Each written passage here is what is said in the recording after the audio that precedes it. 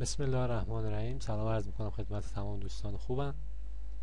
با بخش سوم از مجموعه آموزشی برنامه‌نویسی شیگرا در محیط سی شارپ در خدمتتون هستم. در این ویدیو در مورد توابع سازنده یا کانستراکتورها، توابع مخرب یا فاینالایزرها، کلاس های استاتیک و اعضای استاتیک، اعضای کانستنت و کلاس های ابسترکت صحبت خواهیم کرد. خب بریم سر مقوله اول، توابع سازنده. توابع سازنده در واقع شبیه متد هستن، منتها یک تفاوت اصلی با متد دارن. اول از همینه که هیچ نوع خروجی ندارن، حتی وید.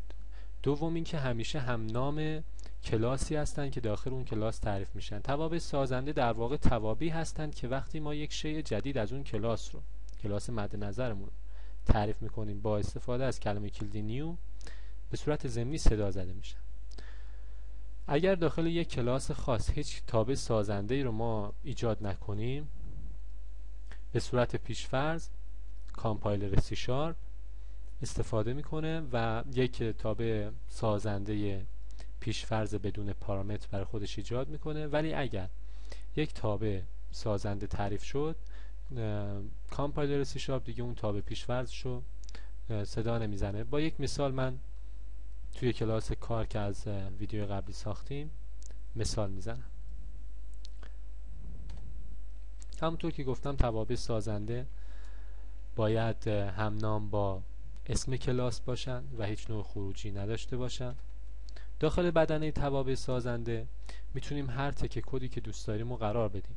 بیشتر برای مقداردهی به در واقع فیلدها یا پراپرتی های دیفالت استفاده میشن. فرض کنید توی تابع سازنده من میخوام اسم برند رمو همیشه برای اشیایی که تازه از این کلاس ساخته میشن نو نیم بذارم. نامبر آف دورز رو مثلا بذارم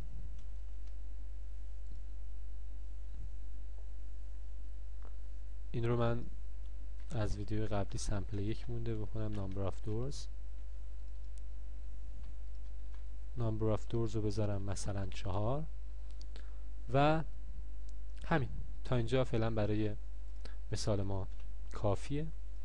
پس در واقع تابع سازنده ما وقتی که از یک شیء جدید از این کلاس ساخته میشه با کلمه نیو صدا زده میشه و این دو اطلاعات رو در دو پروپرتی خودش قرار میده.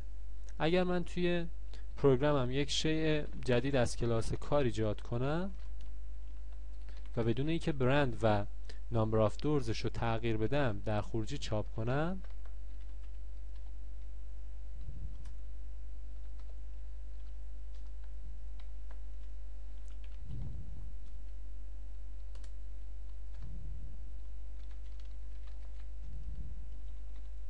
و بعد برنامه رو اجرا کنم، همونطور که میبینید شیء جدید ما برندش نو نیم هست و تعداد درهاش یا نامبر آف دورزش 4 هست. خب یک کلاس میتونه بی نهایت تابع سازنده داشته باشه و گفتم که اگر هیچ تابع سازنده تعریف نشه، کامپایلر سی شارپ به صورت پیشفرض یک تابع سازنده بدون پارامتر مثل همین تابعی که ما تا حالا نوشتیم برامون در کلاس قرار میده. تابع سازنده ها میتونن مثل بقیه متدها در واقع چیز داشته باشن، پارامتر ورودی داشته باشن. فرض کنید من میام یک تابع سازنده دیگه، این یکی رو من با این صورت می نویسم. اگه توی محیط دات نت CTOR رو چاپ کنید، دوبار تب بزنید، یک تابع سازنده برای شما ساخته میشه. من 2 تا پارامتر ورودی برای این تعریف میکنم، یکی از نوع استرینگ، یکی از نوع اینتجر، و بعد در درون بدنه اون چیزی که به عنوان ورودی قرار داده کاربر در فراخوانی داخل. خب اینجا نیم کانفلیکشن داریم. نه، خب number of doors همون چیزی که تو پارامتر ورودی تابع پاس داده خواهد شد. الان من اگر بیام اینجا یک شیء جدید از کار بخوام بسازم، همونطور که می‌بینید 1 از 2 یعنی 2 تا کانستراکتور تابع سازنده داره. یکیش همون تابع پیشفرضی که هیچ پارامتر ورودی نمیگیره، یکی اون دومی که نوشتیم که 2 تا پارامتر ورودی میگیره. من اگر اینجا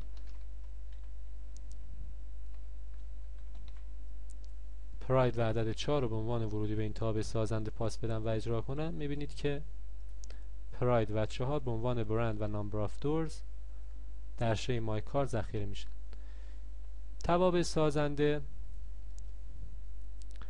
در واقع همونطور که گفتم وقتی اجرا میشن به صورت ضمنی که با کلمه نیو ما یک شی جدید از اون کلاس رو تعریف میکنیم و همونطور که دیدید میتونن پارامتری نگیرن یا اینکه هر تعداد پارامتری رو بگیرن.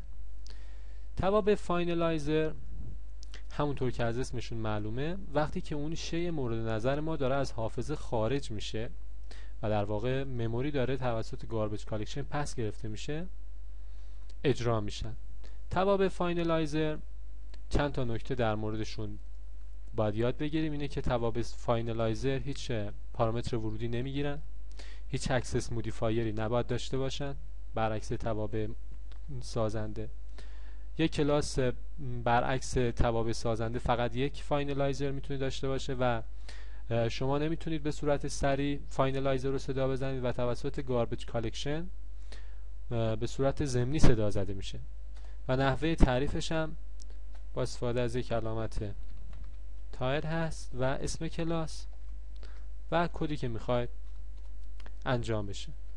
مثلا من توی فاینالایزر این کلاس می نویسم که هر وقت میخوای خارج بشی اون چیزی که توی برند ذخیره شده رو برای من چاپ کن.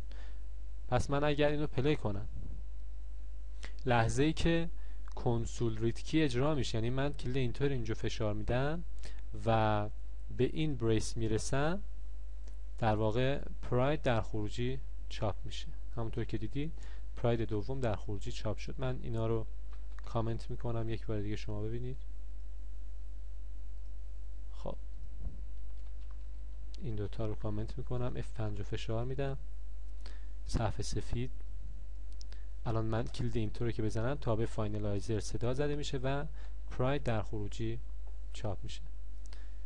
البته خیلی نکات دیگه در مورد توابع فاینالایزر وجود داره که ما به علت حالا کمبود وقت و بقیه دلایل اینجا نمیگیم. شما میتونید روی اینترنت بگردید نکاتی که مربوط به توابع فاینالایزر هستن رو در واقع بررسی کنید. مبحث بعدی که در این ویدیو در مورد صحبت خواهیم کرد کلاس‌های استاتیک و ممبرهای استاتیک هستند. تا اینجا هر کلاسی که ما نوشتیم و تعریف کردیم میتونستیم ازش شی ایجاد کنیم، ولی از کلاس‌های استاتیک ما نمیتونیم شی ایجاد کنیم. پس دلیل پیاده سازی کلاس‌های استاتیک چیه؟ خب خیلی ساده است. وقتی فرضاً کلاس مث درون خود دات نت که به صورت استاتیک پیاده سازی بشه شده، من اگه بخوام یه شی ازش ایجاد کنم از من ارور میگیره، میگه که کلاس مث چون به صورت استاتیک هست نمیتونه یک شی ازش ایجاد بشه. ولی خب مث خیلی از توابع ریاضیات رو پیاده سازی کرده که من میتونم راحت ازش استفاده کنم. مثلا تابع SQRT جذر یک عدد رو باهاش بگیرم. خب من تو خروجی بذارم خطو با F5 عدد 4 در خروجی برای من نشون میده. پس همونطور که دیدید در واقع کلاس های استاتیک کلاس هایی هستن که قابل اینستنشیشن یا در واقع نمونه سازی نیستن. یعنی من نمیتونم یه آبجکت ازشون در واقع بسازم، ولی میتونم از متدهاشون به راحتی استفاده کنم. فرضاً من یک کلاس میسازم به اسم static math. این کلاس رو به صورت استاتیک تعریف میکنم. اگه توی پروگرام من سعی کنم از این استاتیک مث یک شی بسازم با ارور مواجه میشه. چرا؟ چون کلاس استاتیک مث یک کلاس استاتیکه و من نمیتونم